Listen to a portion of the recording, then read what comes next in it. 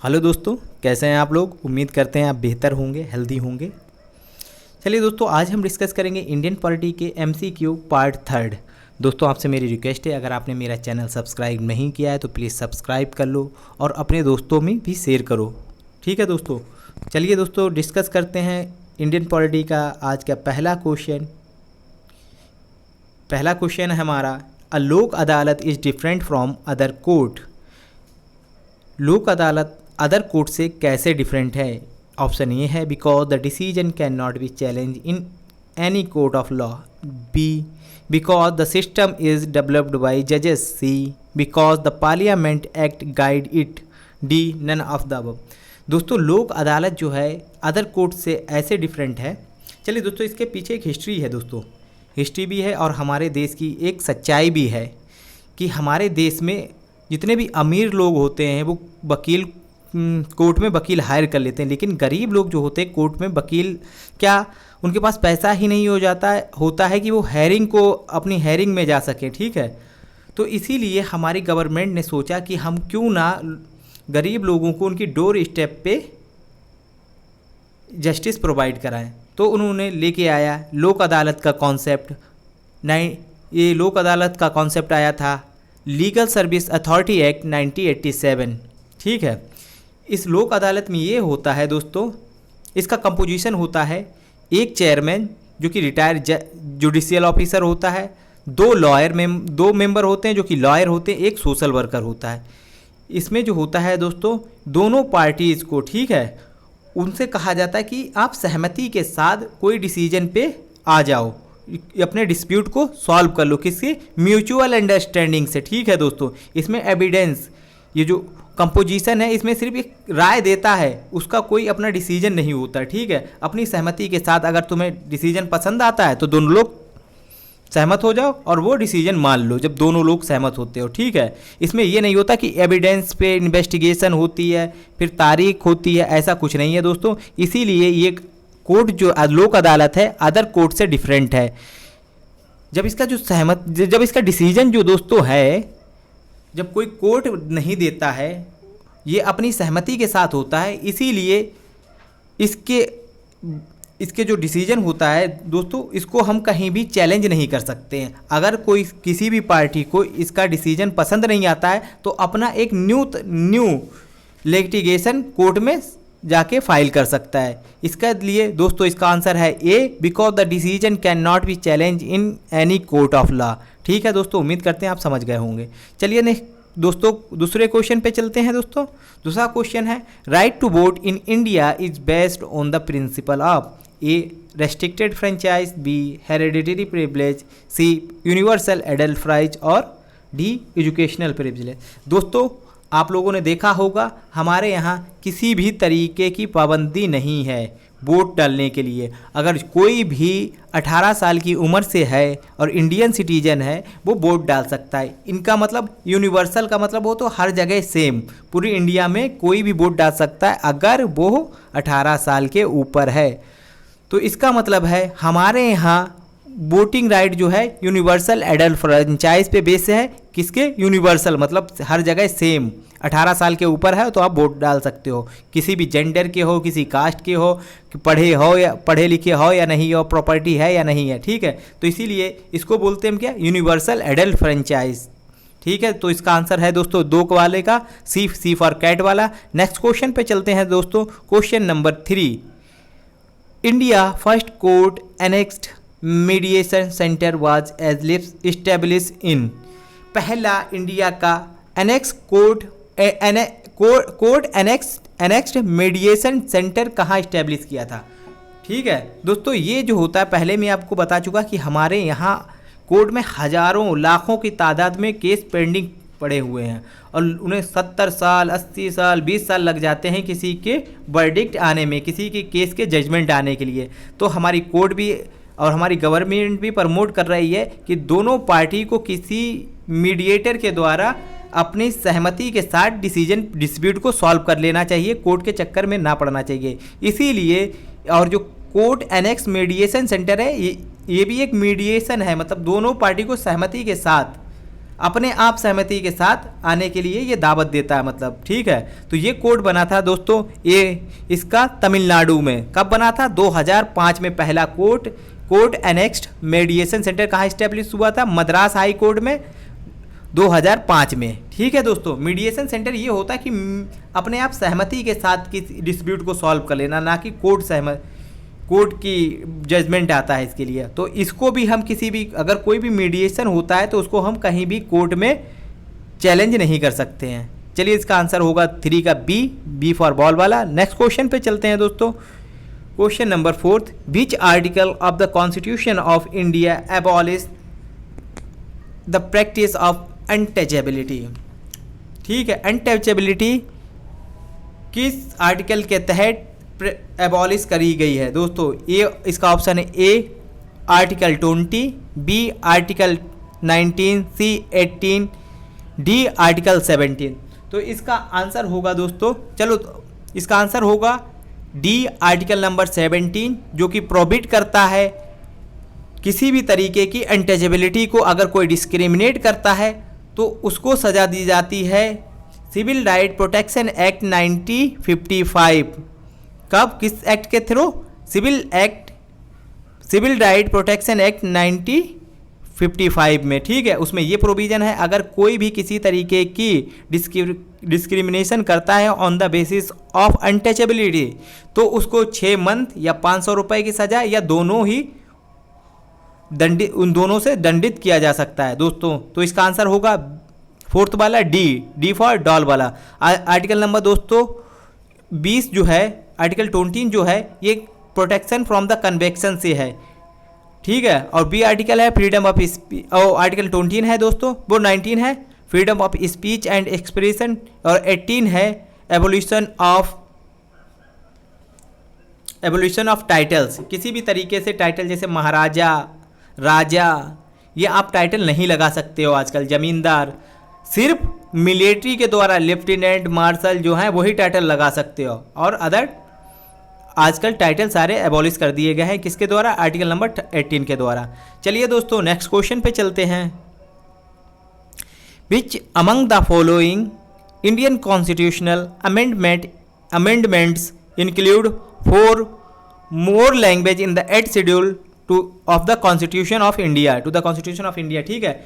कौन से अमेंडमेंट के जरिए 8th शेड्यूल में 4 और लैंग्वेज ऐड कर दी गई दोस्तों? 8th शेड्यूल है हमारा, जो लैंग्वेज की बात करता है उसमें आजकल 22 लैंग्वेज हैं प्रेजेंट टाइम में।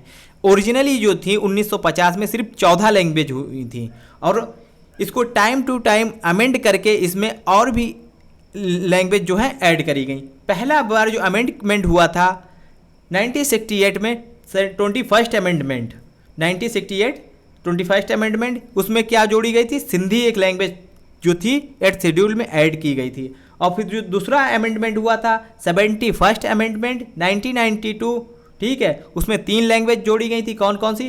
कोंकणी, मैनपुरी और नेपाली लैंग्वेज, ठीक है। और जो रिसेंट हुआ था जिसमें 4 लैंग्वेज ऐड की गई थी, ये था 92nd अमेंडमेंट 2003 और 4 का, ठीक है। इसमें 4 लैंग्वेज कौन कौन सी थी? ये थी बोडो, डोगरी, मैथिली और नेपाली दोस्तों, ठीक है दोस्तों। अब समझ गए होंगे। तो ये कौन सा दोस्तों अमेंडमेंट था? ये था हमारा डी 92nd अमेंडमेंट 2003 वाला, ठीक है।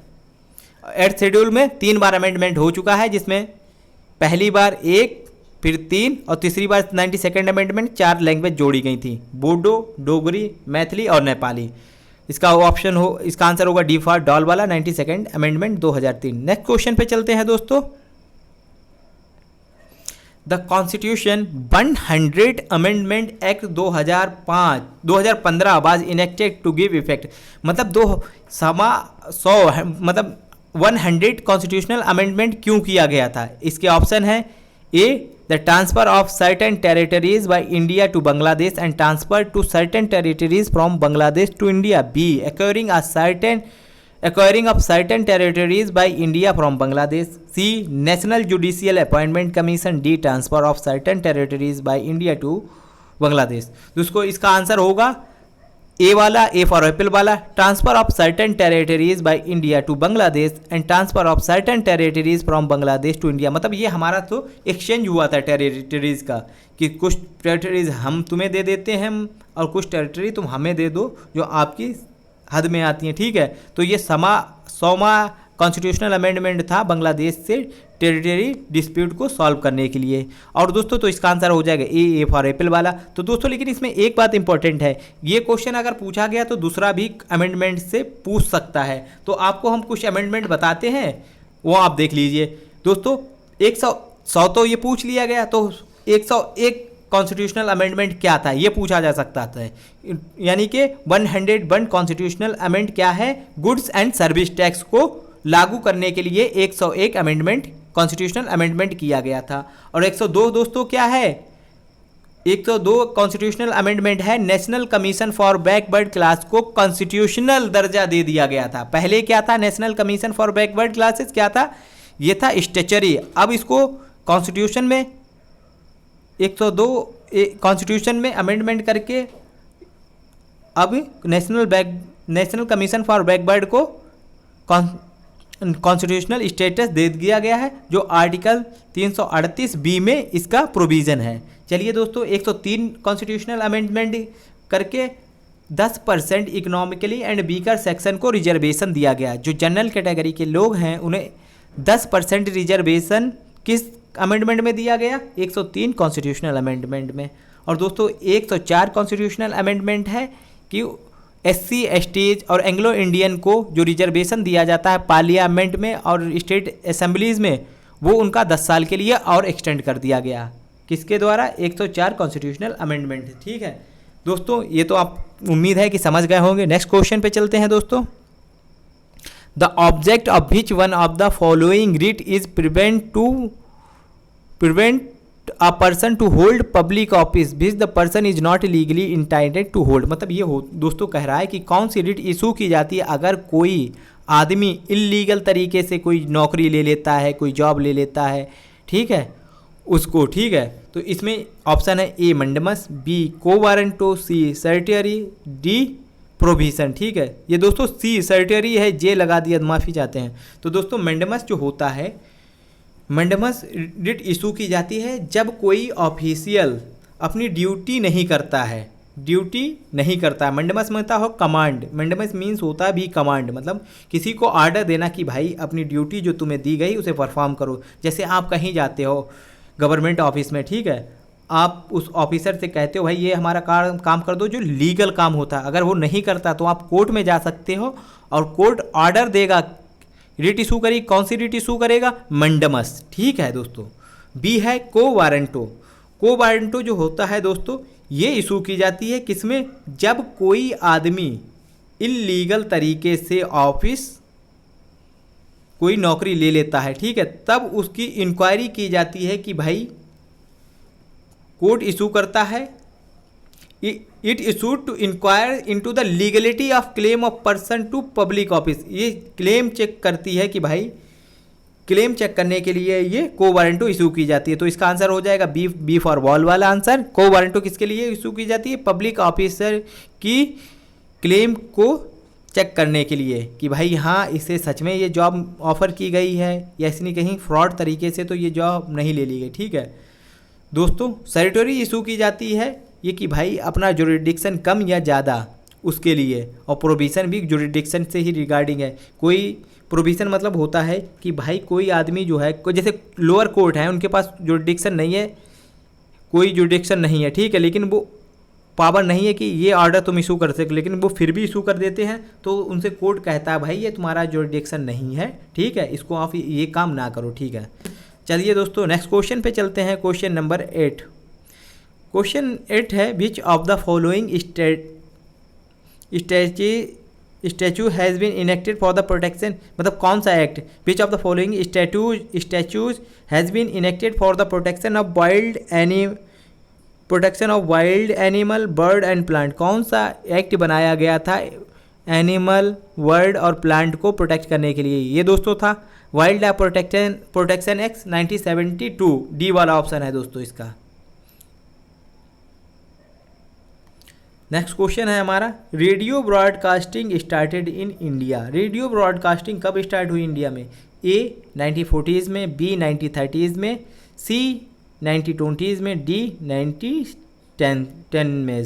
ठीक है दोस्तों, ये हमारे रेडियो ब्रॉडकास्टिंग स्टार्ट हुई थी 23 जुलाई 1927 को। कहाँ? बॉम्बे में पहली बार 23 जुलाई 1927 को बॉम्बे में स्टार्ट हुई थी, और 15 सितंबर, हाँ, और फिर सेकेंड टाइम जो स्टार्ट हुई थी वो अगस्त में कहाँ हो गई थी? कोलकाता में। कब? 1927 में। ठीक है, तो इसका आंसर होगा सी वाला 1920s में। तो इसका आंसर क्या होगा? 1920s में। कब कहाँ हुई थी? पहली बार बॉम्बे में हुई थी 1927 में, और जुलाई में, और कोलकाता में हुई थी अगस्त में 1927 में। ठीक है, अगर दोस्तों क्वेश्चन आ जाए कि टीवी ब्रॉडकास्टिंग कब हुई थी इंडिया में, तो इसका आंसर होगा 15 सितंबर 1959, यानी कि 15 सितंबर 1959 दिल्ली में हुई थी। चलिए दोस्तों नेक्स्ट क्वेश्चन पे चलते हैं। Which article of the constitution content provision of free legal aid to the weak and poor? कौन सा आर्टिकल जो है प्रोविज़न देता है कि भाई गरीब आदमी को फ्री लीगल एड देना चाहिए? ठीक है, तो इसका आंसर ऑप्शन है ए आर्टिकल 19B, बी है आर्टिकल 39A, सी है आर्टिकल 360 सी, और डी है आर्टिकल 220। दोस्तों फ्री लीगल एड का जो प्रोविज़न है आर्टिकल नंबर 39A, जो कि DPSP है। ठीक है दोस्तों, नेक्स्ट क्वेश्चन पे चलते हैं दोस्तों। इसका आंसर होगा फ्री लीगल एड का कॉन्सेप्ट बी फॉर बॉल वाला आंसर। ठीक है, नेक्स्ट क्वेश्चन पे चलते हैं। Which appoint the chief justice of high court?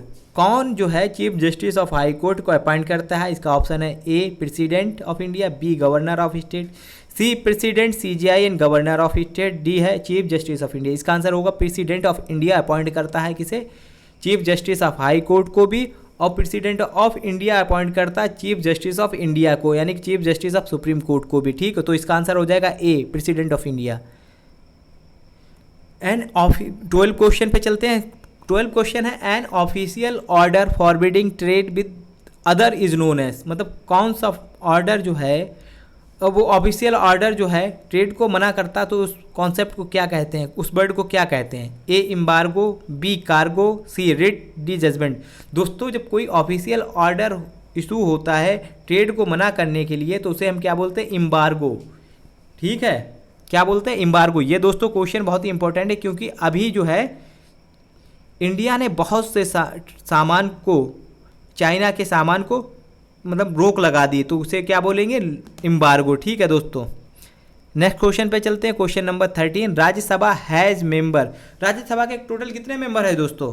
दोस्तों राज्यसभा के 245 मेंबर हैं, जिसमें 12 नॉमिनेटेड हैं। और दोस्तों राज्यसभा से, चलिए दोस्तों इसका आंसर होगा बी 245। राज्यसभा में कितने टोटल मेंबर? 245, जिसमें 12 नॉमिनेट किए जाते हैं प्रेसिडेंट के द्वारा। नेक्स्ट क्वेश्चन पे चलते हैं। Question number 14, who is the ex officio chairman of Rajya Sabha? मतलब कौन है जो ex officio chairman of Rajya Sabha? A president of India, B prime minister of India, C vice president of India, D speaker of Lok Sabha. दोस्तों ex officio chairman का मतलब होता है by virtue of his office. By virtue of his office मतलब अपने office की वजह से वो चेयरमैन बना है। ठीक है, तो वो उसका ऑफिस की वजह से चेयरमैन बना है। ठीक है, तो इसका आंसर हो जाएगा C vice president of India is the ex officio chairman of Rajya Sabha, क्योंकि वाइस प्रेसिडेंट जो है वाइस प्रेसिडेंट है, इसलिए वो चेयरमैन बना है। कौन? जो वाइस प्रेसिडेंट है। क्यों चेयरमैन बना? क्योंकि वो वाइस प्रेसिडेंट है, इसलिए चेयरमैन बना। क्यों? By virtue of his office. अपनी ऑफिस, कौन से ऑफिस में है वाइस प्रेसिडेंट? वाइस प्रेसिडेंट के ऑफिस में है। ठीक है, यहाँ पे कोई भी वाइस प्रेसिडेंट होगा वो राज्यसभा का चेयरमैन बनेगा। ABCD कोई भी चेयरमैन हो, वो वाइस प्रेसिडेंट हो, वो राज्यसभा का चेयरमैन बनेगा। और वाइस प्रेसिडेंट को सैलरी भी राज्यसभा के चेयरमैन की ही मिलती है। ठीक है दोस्तों, नेक्स्ट क्वेश्चन पे चलते हैं। D, what does CAG stand for? A controller of audit group, B controller of account general, controller of account general, C controller, D है कंट्रोलर ऑफ ऑडिटर जनरल। इसका आंसर होगा